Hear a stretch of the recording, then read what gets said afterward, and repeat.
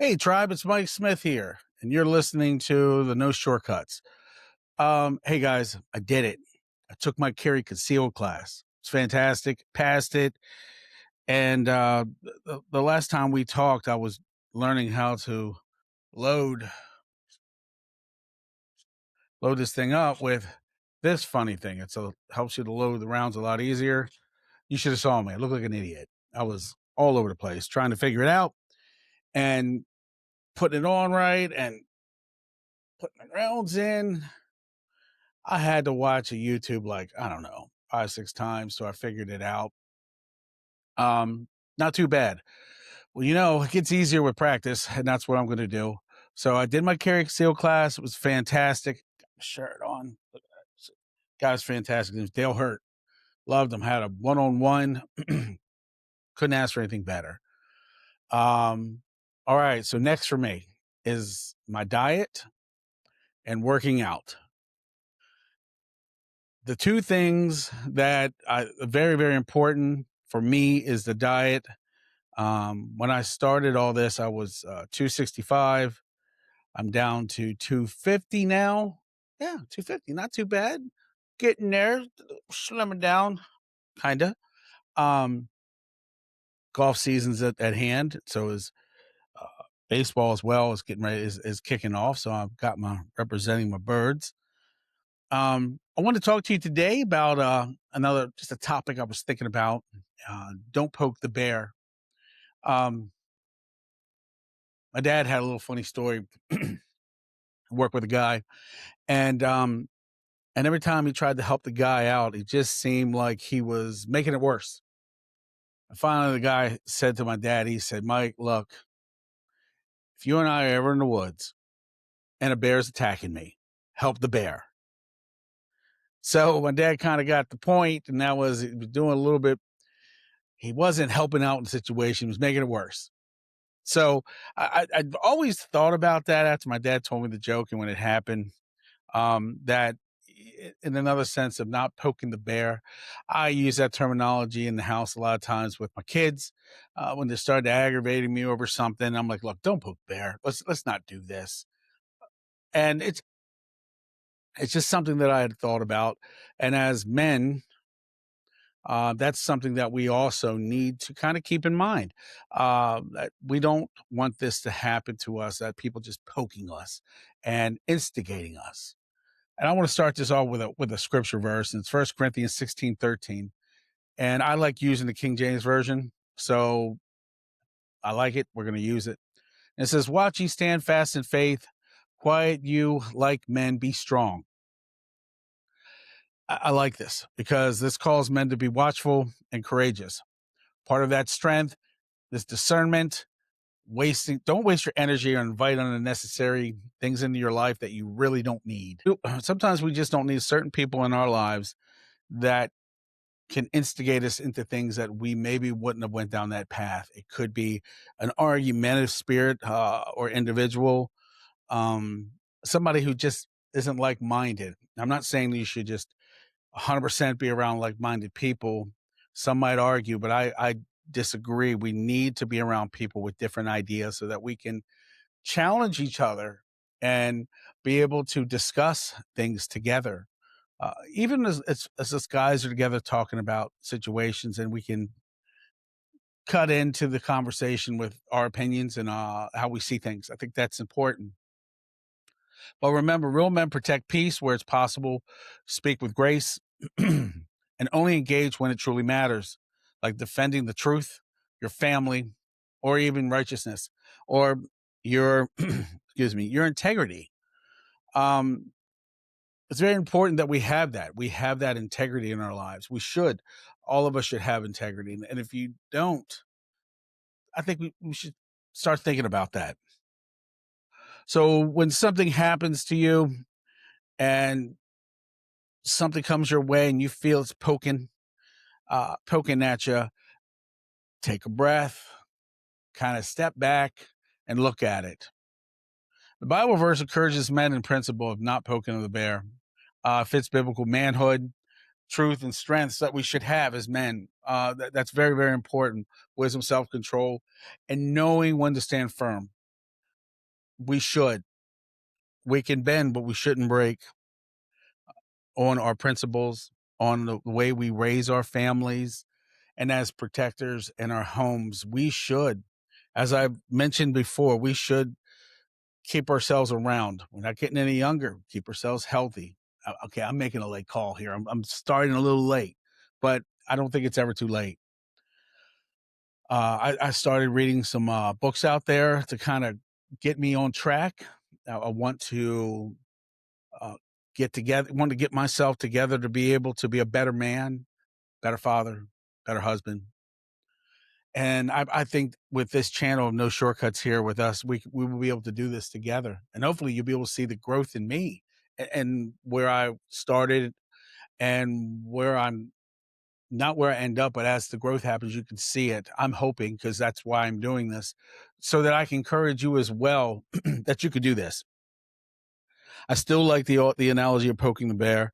I've used it with people at the same time, not just my kids or anything, but buddies as well. Like, man, you're going to, you're climbing the wrong tree with this conversation, or I don't want to indulge on this conversation, or a perspective on something that I see. And you ever had a friend say to you, you know what I'm saying? I don't think that that's always a yes.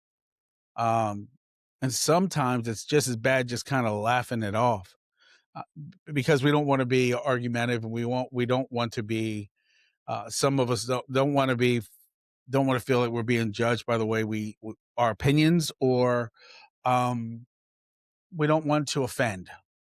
Look, if it's out of love, you're never offending, and if they know you and your friends, and you say something, and they truly your friends and family, they understand who you are, and that you're not coming off to be the bad guy or a mean person to them, but you're just being, well, we'll use me, just being Mike.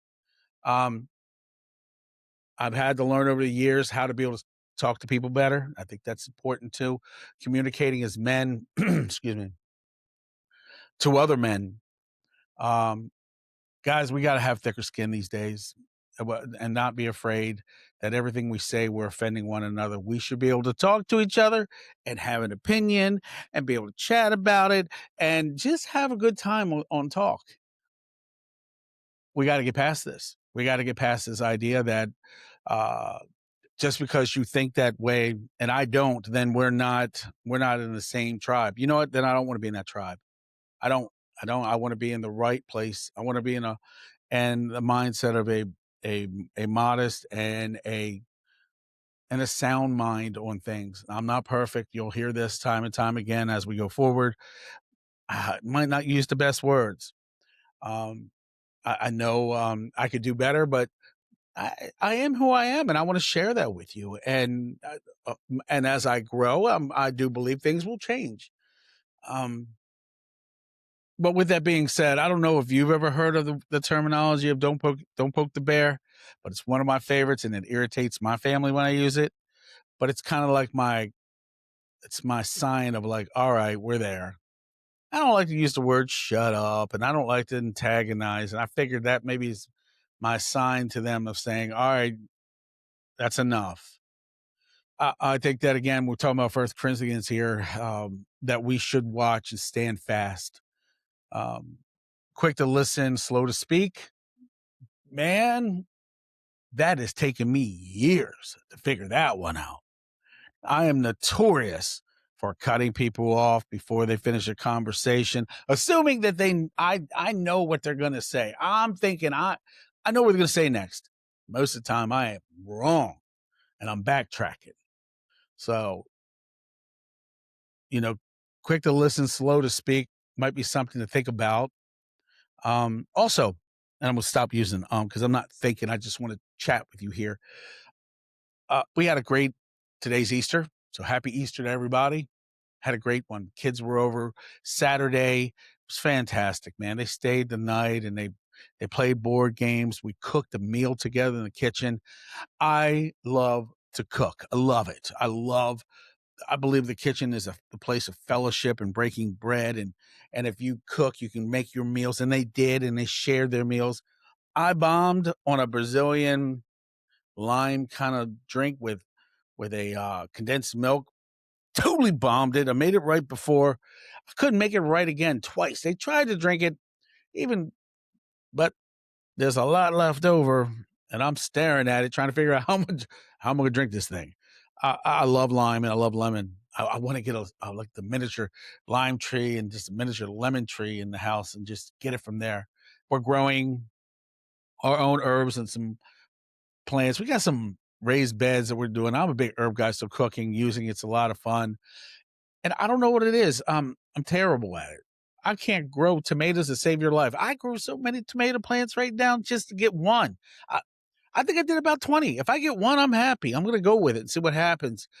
I believe as men, we need to have also something, guys. We need to have hobbies, something we can do with our families.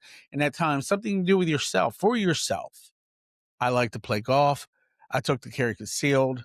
Man, I've learned so much from that, and it makes me even more nervous now knowing the responsibility it is to be able to carry.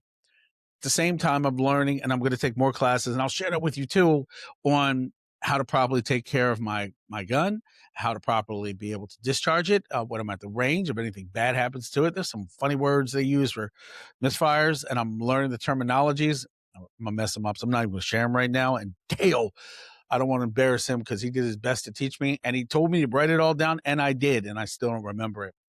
But I'll go back and check it out. But today, again, guys, remember what today is: Easter. Great day to remember what Christ did for us and raising from the dead, a celebration of his resurrection, taking the keys from hell, and giving us the opportunity to be able to live with him forever. Men, these are our chances to be able to share with our children about Jesus and about living for God. And I'm the first to tell you, I'm not perfect at that as well. But my kids know. And I'm hoping with this will give me the opportunity to grow and to be able to share with them because they know they're like, man, Father, you're not doing anything with this right now. They're right. It took me about 2 years to put together. I was intimidated. I had it written down. I wasn't sure I was going to go with it. I had to buy all the top things to get it right. I couldn't get the lighting right. I couldn't get this and that right. Man, I gave myself more excuses than anything else. And I've been listening to Jocko, and I really enjoy his kind of get up and go. He's got like a 15-minute on YouTube that I'm starting to listen to almost every day just for myself. It might be for men that are younger than me, but I feel it applies to me now. And I feel like I can accept that and to be able to use it. Today might not be your day, but it will come. Trust me, it will come. And when it does and it clicks and you're going to be like, it's time. And it has to be that. It has to be that time for you and I, for us to make changes. I do things all the time on a whim, but there's certain changes that I get tired of attempting and failing, and you just give up on. Finally, you say, I'm not doing that anymore. It might cost me a couple bucks to do this, and it might cost me time to get this done, but I need to put it in. I need to put the work in and not be afraid to fail. And I want to tell you guys the same thing. Look, don't be afraid. If you think that you want to do something like this as well, don't be afraid. Take a gun course. Start your diet. Uh, go to the gym. I'm going to start in the house a little bit, but I do want to go to the gym and baby step it. And I'll share with you some of my dieting. It's not really that big of a deal as much as I want to share a word with you guys of encouragement and just some of the funny things that have gone on. And found this. It's kind of a fun little thing here. I kind of like it. I enjoy them because I don't like water. I don't like the taste of water, but using like this one here has got a little saltiness to it, kind of hydrates you. Back in the day, if I had a good night out on a weekend, man, where were you at? But that's besides the point. I drink these almost every day now. I really, really enjoy them, and drinking more water. I'm feeling good. About 6 months ago, I bought a belt. It was a 42 waist. I was banging around 44 on a prayer on my waist size, and that belt was laughing at me when I put it around my waist. And I told myself, I was like, "You're going to lose this weight. You're going to be able to wear this belt. You're going to be able to wear it when you play golf, and because that's why you bought it. You want to wear it when you play golf. I'm not the best golfer in the world, but man, I enjoy playing golf, having a cigar out on the and the company. My dad's 70. We play golf together. He's still playing golf, man. Hats off. I'm going to play all the way through. And my son Jack, he's 23. He's been playing golf. It's the company. It's the people you're with. And anything you do, you should surround yourself around people that you enjoy to be with, so you don't have to worry about them poking the bear as much as you have a lot of fun and enjoying yourselves. But again, I want to remind you guys, when you feel that somebody is poking the bear, poking you, that you need to be able to just kind of stand back and get out of that situation, stand on your rights and how you feel. Don't don't let that guy in front of you in the car or behind you flashing his lights to get you going anger you in that car and have you thinking of things that you would like to do with him at the next light. Think about just holding fast, quiet down for a second. Let yourself think about it, because it's not that bad. And it's good to remind yourself that you're the bear. See, you're not prey, man. You're predator. And you need to remember that, man. You're never the prey, but you're the protector. Also remember the same thing again is that you have, if you're able, when you're able to train yourself to be a better person, could be working out, dieting, martial arts, sports, that you have a capability. I mean, think about when you have kids, or if you have children, small children, and you're playing sports, you never went all out on them when they were little. It wasn't fair. You're going to beat them. One day they're going to beat you, but not today.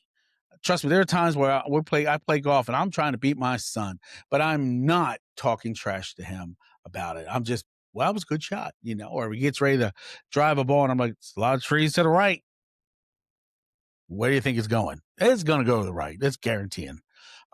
But it's important to know that when you're with your kids and you're teaching them how to play basketball or anything, that you allow them to take the shot. You're not smacking the ball away like you're Shaquille O'Neal halfway down the court. It doesn't do nobody any good. Yes, we do want to challenge our children. We want to challenge them to become better individuals. But knowing that you have the capability as a man in certain situations should give you the confidence that you can also de-escalate the situation because of the wisdom that you have and the authority you have as a man. Even other men. One of my biggest struggles is being around a bunch of alpha males, because I don't like to do it. And they love to tag on to that. They love to grind into it. And I know the Bible talks about iron sharpeneth iron. It does. But it doesn't mean it works for everyone that we got to get into this and we got to just press each other constantly on that. There's a time we can just have a good time, And I think that when you get into a situation and it's escalating and you feel that old bear rising up, we as men should de-escalate the situation where we can and not cross that line unless it is a dire need, not something you do every day. I got a relative that will blow up at you and come back and apologize every time. Blow up. Then I'm sorry. And expecting you to forgive him. I do forgive you. I do, but it grows old when I know you're going to do that again.